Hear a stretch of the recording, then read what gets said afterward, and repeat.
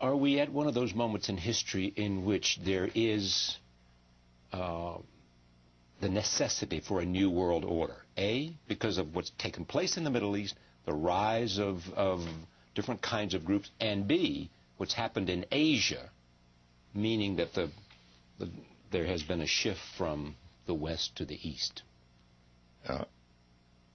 There's a need for a new world order, but it has different characteristics in different parts of the world.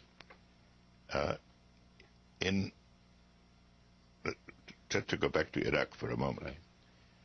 Right. On the one hand, the manifestations of what is going on in Iraq are depressing and give some occasion for pessimism. On the other hand, simply as looking at somebody as a student of the future, I find it sort of interesting that there is now going on, there are conversations inside Iraq between the various parties, not going very far yet. Secondly, that there is a meeting of ambassadors which will graduate to foreign ministers of all surrounding countries, plus Egypt, plus the members of the Security Council. And that people are talking of broadening yet a third level in which you would bring in India, Pakistan, Indonesia.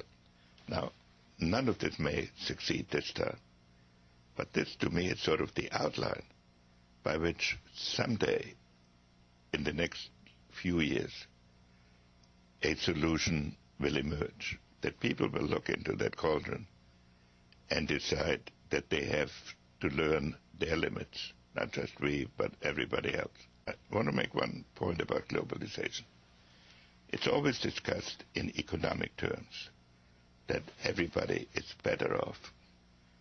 But that is only partially true. Everybody is better off on the average.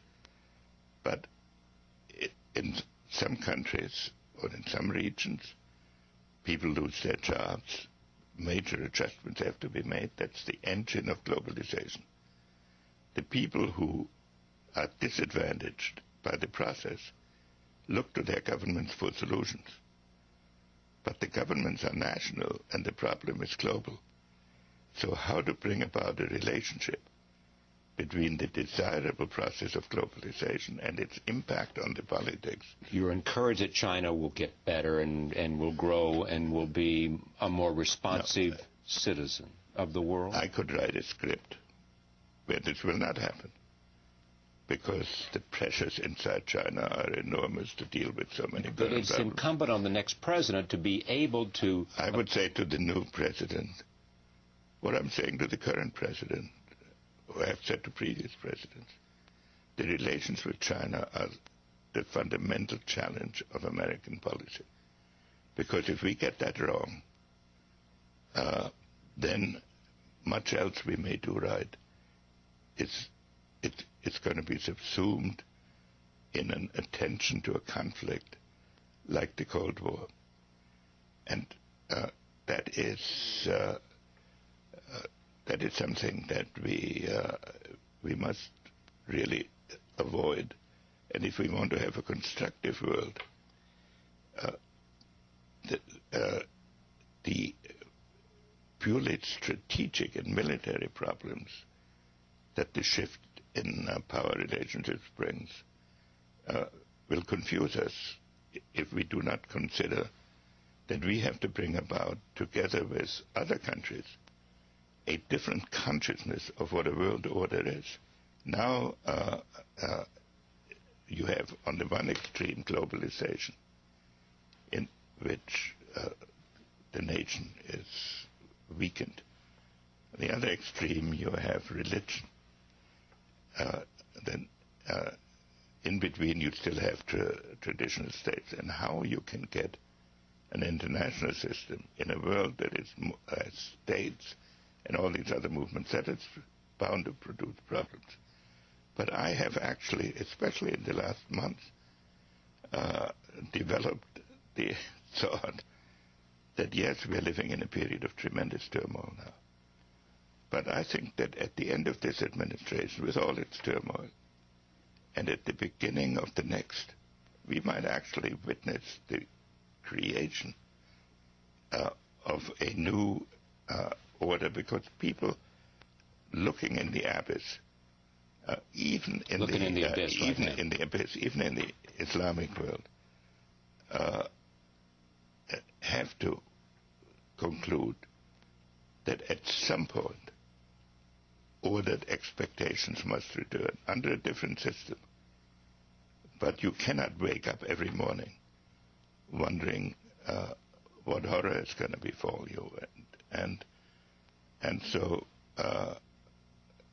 yes, we are in a I find it interesting that somebody called a conference of ambassadors in Baghdad of all the surrounding countries, plus the Security Council, and everybody came.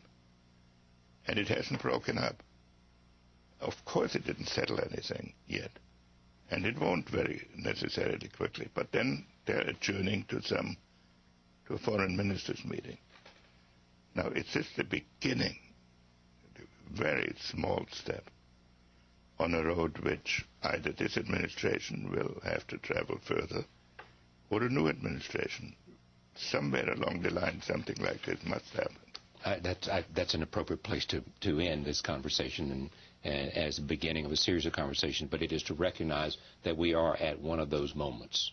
Absolutely. Where there are forces at work, but and that people may be coming to an idea that we're looking at an abyss and need to come back from it, and you see some hope that might be starting. It's also a great opportunity. Thank you for coming. Henry Kissinger, former Secretary of State.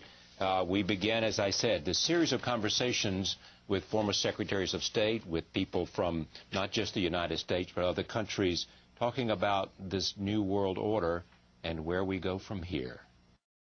1, 2, 3, 4.